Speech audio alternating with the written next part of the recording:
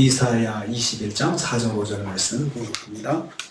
이사야 21장 4절 5절 말씀입니다. 같이 공독합니다. 내 마음이 어지럽고 두려움이 나를 놀라게 하며 희망의 서광이 변하여 내게 떨림이 그들이 식탁을 베풀고 파수꾼을 세우고 먹고 마시리다.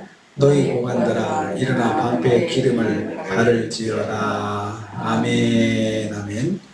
오늘 말씀은 바벨론 심판에 대한 혹독한 묵시를 받은 이사야 선지자가 크게 놀라서 정신이 혼란한 상태를 말씀하고 있습니다. 정신이 아주 혼란해졌다는 상황을 말씀하고 있습니다. 4절 전반부를 보면요, 선지자의 마음이 어지럽고 놀라게 되었다라고 했습니다. 내 마음이 어지럽고 두려움이 나를 놀라게 하며 그렇게 말씀하고 있습니다. 어지럽다라는 말은 중심을 잡지 못하고 비틀거리며 동요하는 것을 말합니다. 이 말씀은 마음이 마비가 되어서 날카로운 이성이 잠시 기능을 상실하고 심하게 동요하는 상태를 말합니다. 어쩌지? 어쩔 줄 모르는 거죠. 뭔가 어쩔 줄 모르는데 결정을 못하는 거예요. 판단을 못하는 거예요. 어떻게 해야 될지 그 정도로 생각이 마비가 되는 것입니다. 놀란다는 말은 두려움에 사로잡혀 어쩔 줄 모르는 걸 말합니다. 무서움의 충격으로 온몸이 굳어버리는 것을 말합니다. 얼마나 묵시가 무서웠으면 생각이 마비되고 그리고 두려움의 충격을 받을 정도인지 그렇게 지금 선지자가 자기의 상태를 고백하고 있습니다.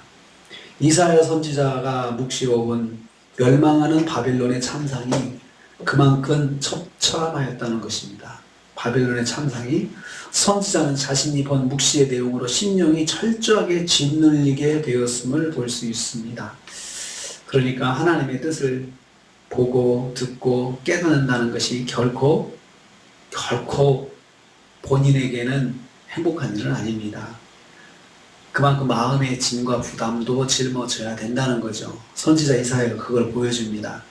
하나님의 말씀, 하나님의 묵시를 먼저 봤으니까 뭔가 기쁨이 있을 것 같고 또 그것으로 굉장한 내가 하나님께 특별한 사랑을 받는 것 같다라는 느낌도 받을 수 있겠지만 그 메시지의 무게에 짓눌려서 이렇게 고통당하고 있는 선지자의 모습을 볼 수 있습니다.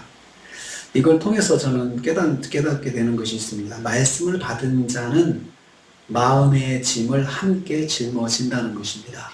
말씀을 받은 자는 그 말씀에 가지고 있는 그 내용들에 대한 짐도 함께 짊어져야 한다는 것이죠.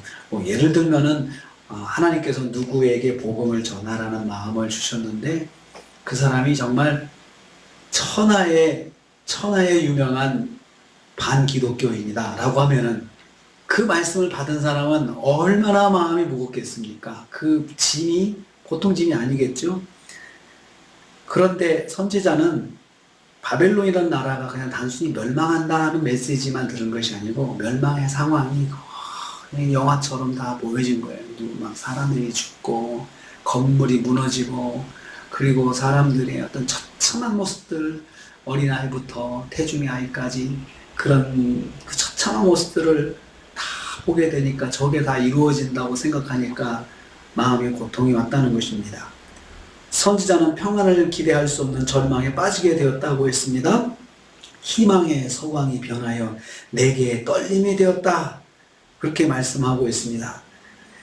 서광은 해가 서산에 기우는 황혼역을 말합니다. 그러니까 희망의 서광이다 라고 하는 것은 모든 일과를 마치고 쉼의 소망으로 기쁜 것을 말합니다. 이제는 내가 좀 쉴 수 있겠구나 라고 하는 희망의 서광이 비치는 건데 그런데 그 상황에서 기쁨을 잃게 되었습니다. 선지자는 하루 일과를 마치고도 자기가 좀 쉬어야 할 특권도 상실하고 기쁨을 상실하게 되었다는 거죠. 기쁨이 변해서 두려움이 되었습니다. 5절 말씀 보면요, 벨사살 왕이 그 메대 사람 다리오 왕에게 죽임을 당하고 제국이 많은 상황을 5절에 말씀하고 있습니다. 식탁을 베풀고 파수꾼을 세우고 먹고 마시도다 라고 했는데요, 다니엘서 5장에 나오는 벨사살 왕의 잔치 장면이 나오거든요. 성전의 기물을 갖다가 그 술잔 삼아가지고 먹다가 손이 나와가지고 말하는 상황이거든요. 그것을, 그 상황을 겪고 벨사살 왕이 그날 밤에 죽습니다. 죽는데요. 그것이 그것은 하나의 사건입니다. 그 죽임과 더불어서 왕국이 멸망하게 되는데, 이 묵시는 170년 후에 바벨론 왕궁에서 이루어졌습니다. 벨사살 왕이 큰 잔치를 베풀고 먹고 마시다가 처참한 비극을 맞이했다는 다니엘서 5장 30절에 있는 말씀에 있는 상황하고 연결되는 것입니다. 말씀을 받은 자는 매일 받은 말씀에 사로잡혀 살게 되는 것을 여기서 알 수 있습니다. 그 말씀에 사로잡혀서 선지자가 그 말씀들이 이루어지는 것들을 생각하면서 마음에 큰 부담을 가지고 계속해서 사는, 하루가 편할 날이 없는 거예요. 다니엘서에 있는 그런 말씀들이 이제 구체적으로 나중에 이제 기록이 되는데요. 이 선지자 이사야는 이 말씀을 받은 시점부터 하루도 편한 날이 없었다는 거예요. 마음에 편한 날이 없었고, 편히 잘 수 없었고, 마음은 온몸 마디가, 뼈 마디가 그냥 쑤시고 아프고, 얼마나 많이 마음의 고통스러우면 이것이 다 뼈와 근육에 전달이 돼가지고 아프고 고통스럽게 지냈습니다. 뿐만 아니고 마음은 얼마나 어지럽고 놀라는지, 그 마음 자체에 기쁨이 없고 항상 두려움에 사로잡혀, 하나님 정말 이것들이 이루어진다니 얼마나 하나님 참 무서운 일입니까 하면서 그 생각을 하게 되는데요. 5절 후반부 말씀은 지금부터 그날의 비극을 대비하라. 비극을 대비하라. 너희 방백들아, 너희는 일어나서 방패 기름을 바를지어다. 대비하라는 것입니다. 여기서 방백들은 바벨론의 고관들을 말합니다. 왕실의 왕족들, 장관들, 그리고 바벨론 제국의 지방 총독들입니다. 잔치의 자리에 초대되어 즐기던 사람들이죠. 그날 저녁에 일어나 방패에 기름을 바르라고 했습니다. 안심하지 말고 적의 갑작스러운 공격에 속히 대비할 것을 권하고 있는 말씀입니다. 그것이 피해를 최소화하는 방법이기 때문에 대비하는 그것이 최선이라는 것입니다. 그들이 파수꾼도 세우고 먹고 마셨다고 하죠. 대비를 했지만 사실은 그 대비가 아무 소용이 없었어요. 그날 저녁에 메대 사람들이 침략해서 바벨론이 망하게 되었거든요. 왕이 죽고. 그런데 먹고 마신 파수꾼을 세우면서 먹고 마시는데 그치지 말고 방패에 기름을 칠해서 더 대비를 하라라고 그렇게 지금 권하고 있습니다. 이 권면은 대비하면 극복할 수 있다는 것을 말하는 것이 아닙니다. 하나님의 뜻이 이미 정해진 것이기 때문에 대비해도 아무 소용이 없습니다. 그러나 이 말을 하는 것은 이제 와서 아무리 준비해 보아도 그것이 허사임을 역설적으로 표현하는 것입니다. 역설적으로. 그러니까 안타까운 마음으로 이 말을 하는 것입니다. 선지자의 마음에 안타까움이 담겨있는 말씀이라 할 수 있습니다. 다시 한번 선지자의 마음에 심판받을 영혼에 대한 안타까움이 있습니다. 안타까움이 있습니다. 이제 하나님께서 뜻을 정하셨으니 이것은 이루어질 것인데, 그런데 대비해 본들 무슨 소용이 있을까? 그러나 대비는 해봐라. 너희들이 후회함이 없기 위해서는 대비는 해봐라 라고 이야기를 합니다. 그래도 소용은 없다. 이 모든 것이 선지자가 안타까움이 있어서 그럽니다. 안타까움, 그 바벨론이라는 나라의 그 영혼들에 대한 안타까움, 심판받은 자들에 대한 안타까움이 있습니다. 또 받은 말씀이 계속해서 그 마음에 떠나지 않기 때문에 그렇습니다. 하나님의 말씀을 받으면 그 말씀에 대한 책임이 받은 자에게 있습니다.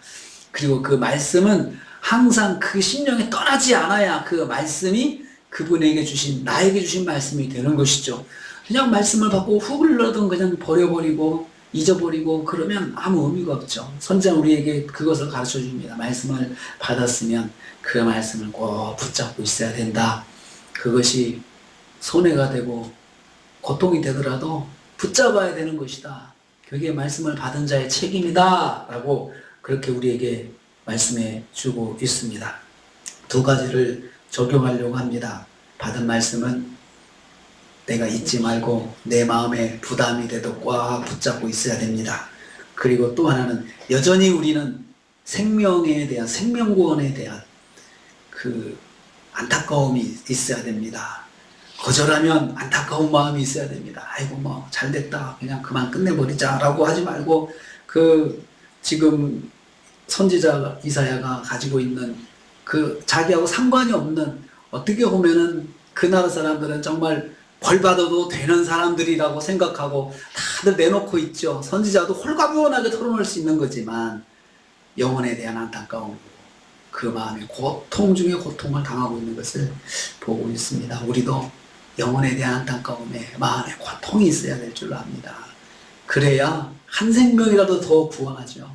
우리가 살아생전에 정말 한 생명이라도 더 하나님 앞에 나오게끔 기도하고, 또 생명 구원을 위해서 기도하고, 또 그 기도를 놓지 않고 이렇게 지내야 될 줄로 압니다. 오늘 하루 받은 말씀을 부담으로 꽉 눌려서 그 말씀 놓지 않으시고 사시고, 또 여전히 생명 구원을 위해서 우리가 기도하는 하루가 되시기를 주님의 이름으로 축복합니다.